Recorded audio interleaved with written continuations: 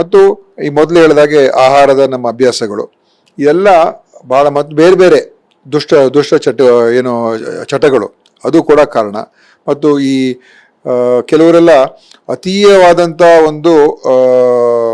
ಒಂದು ಈ ಫಿಟ್ನೆಸ್ ಅಂತ ಹೋಗ್ತಾರೆ.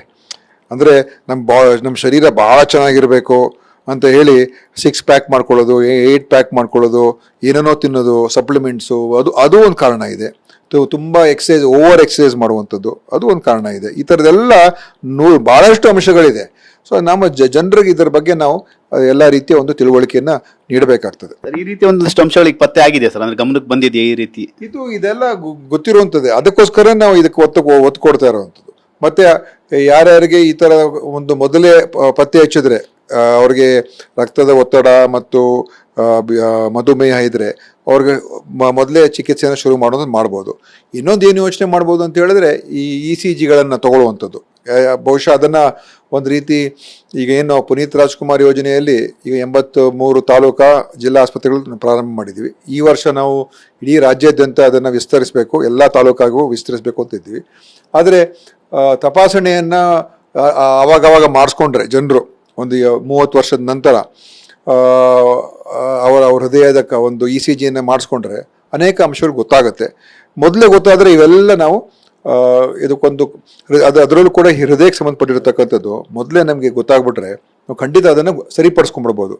ಅದನ್ನು ಕ್ಲಾಟ್ ಇದ್ದರೆ ಅದನ್ನು ನಾವು ಡಿಸಾಲ್ವ್ ಮಾಡಿಸ್ಕೋಬೋದು, ಅಥವಾ ಸ್ಟೆಂಟ್ ಹಾಕ್ಬೋದು, ಅಥವಾ ಬೈಪಾಸ್ ಮಾಡ್ಕೋಬೋದು, ಏನಾದರೂ ಮಾಡ್ಕೋಬೋದು, ಬದುಕ್ಬೋದು.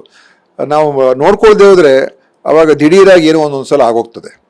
ಅದಕ್ಕೋಸ್ಕರನೇ ಅದ್ರ ಬಗ್ಗೆ ನಾನು ಖಂಡಿತ ಸೋಮವಾರ ಚರ್ಚೆ ಮಾಡ್ತೀವಿ, ಹಿಂಗೆ ಏನ್ ಮಾಡ್ಬೋದು ಅಂತ. ಈಗ ಪಠ್ಯಗಳು ಕೂಡ ಅಳವಡಿಸೋ ಬಗ್ಗೆ ಪತ್ರವನ್ನು ಬರೆದಿದ್ದೀರಾ ಅಂತ ಹೇಳಿದಿರಾ, ಅಂದ್ರೆ ಯಾವ ರೀತಿಯಾಗಿ ಸರ್?